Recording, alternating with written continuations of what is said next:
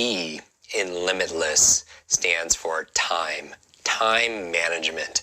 And we were thinking that, most people have gone through or read a book on time management. And I just really do believe it's not just time management. It's all these other ways of managing our productivity. And time is one of those things. But I'm excited to talk about this today. Now, there's this quote that says, tomorrow is often the busiest day of the week. Tomorrow is often the busiest day of the week because everyone says, I'll do it tomorrow. And tomorrow never comes, right? That's a someday. And how do you really do the things you need to do in the time that you have? And so let me start by asking you a question. I just want you to imagine for a moment. Take a moment and imagine. You can close your eyes even if you like, or just continue to watch this. Imagine there is a bank account that credits your account every morning with $86,400. It carries over no balance from day to day. Now, every evening, the bank deletes whatever part of the balance you failed to use during the day. What would you do? You draw out every cent, of course. You see, each of us has a bank. It's called time. Every morning, it credits you with 86,400 seconds.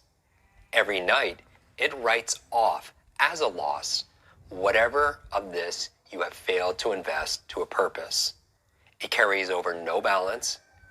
It allows no overdraft. Every day it opens a new account for you. Every night it burns the remains of the day.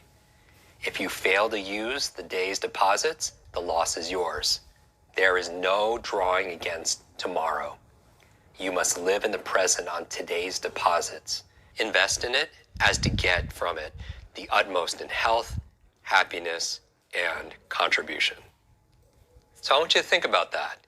And in another way of looking at it, imagine you do have $86,400 in a bank account for that day, and somebody stole from you $10. What would you do?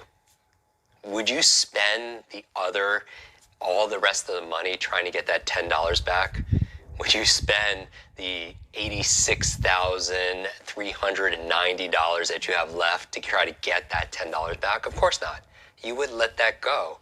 But it's so interesting when it comes to people's time, because whatever you do in your time, those are votes for who you want to be and what's most important to you. But a lot of times what we'll do is, we'll create this storm. We'll create this storm inside that disrupts our productivity. And some things can only be learned in a storm, but sometimes we create our own storms and we get upset when it rains, right?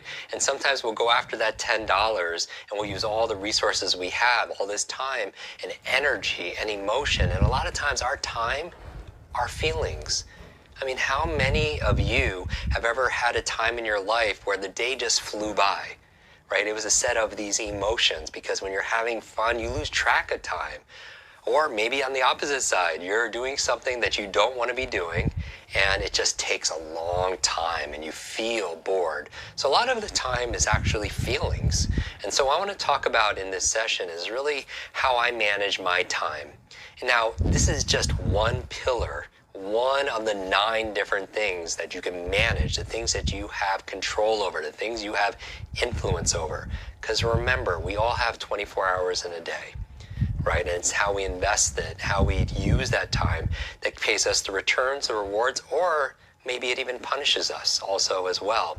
So how can you get the most of today?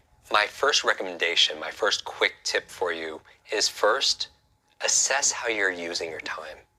When we talked about this mind experiment where you have $86,400 in your bank account, every single dollar represents a second. So how are you investing your time right now? And so I want you to take a moment and take a piece of paper, take out your notebook that you have for your quick productivity, and I want you to just think about your day. How are you investing your time? So for example, some people use an app. They have an app on their phone and it could tell them how much time they spent on social media today or yesterday. And maybe you might want to look that up. How much time did you spend on email? How much did you spend time on working out? How much time did you spend on the phone, or in meetings? They say that the average person's working less than 3 hours a day in productive work, even though they're putting in maybe 8 hours. So how are you utilizing your time? So the first part, self-awareness. You can't manage something. We're talking about time management. You can't manage something unless you what? Unless you measure it. So where is your time presently going? The second thing I would recommend is something called time blocking. Time blocking. You know, many of the most successful individuals, they don't use to-do lists. Instead, what they do is they batch the activities that they need to accomplish together in blocks of time. Now, what do I mean by that? So, for example, for me, I have two primary activities that I focus on each day. I'm creating or I'm communicating. That's for me. For everybody else, it's different. Everybody's job and responsibility is something else. So for me, what I'll do is I'll dedicate whole days where I just create content. Whole days. Because what happens is if I go from content to connecting and back to content, I am switching contexts. And what does that do? It wastes time. And I have to activate a different part of my brain. So I've revved up this part of my brain, it's all warmed up, and then all of a sudden I stop cold, and I have to reactivate a different part of my brain. And then in order to be able to communicate, or to negotiate, right, or to be able to present. And so my goal here is I time batch things. I batch things around the activities that I do. And you might not have flexibility in your job or your career to do that. So then you could break it down by parts of a day. So for example, let's say that maybe the first few hours of the day, you are focusing on what? Making things. The first few hours of the day, you're just making. You are creating. The next few hours, what are you doing? Maybe you're managing. You're in management mode, and you're managing your work, or you're managing communications also as well. And then maybe the last 3 hours of the day, of your work day, if you will, you're in marketing mode. And that's where you're doing all your outbound, your social media, your emails that you're writing, and you're in marketing mode. The goal here is never to get perfect, because you won't get it perfect. But if you start batching the activities that you need around certain periods of time instead of just having a to-do list, you don't have to switch from activity to activity, and it burns a lot of energy and it wastes a lot of time. So when I'm talking about blocking time, leaders, what they'll do is they'll batch and block times around the activities that they have. So maybe they'll do all their calls at a certain in afternoon, or maybe Tuesday afternoons is when they do phone calls. And this is the other thing. You could batch by activity. We talked about that. You could batch by time. You could also batch by environment. Sometimes if you work in a certain environment, some people have different work environments, and they'll do one activity in one environment, and they'll do their calls while they go for a walk, or they'll do their calls when they're on their elliptical. So you could batch by time. You could batch by activity. You could batch by location. You could also batch by your energy, meaning there's certain times of the day, we talked about this, when you have more energy than others.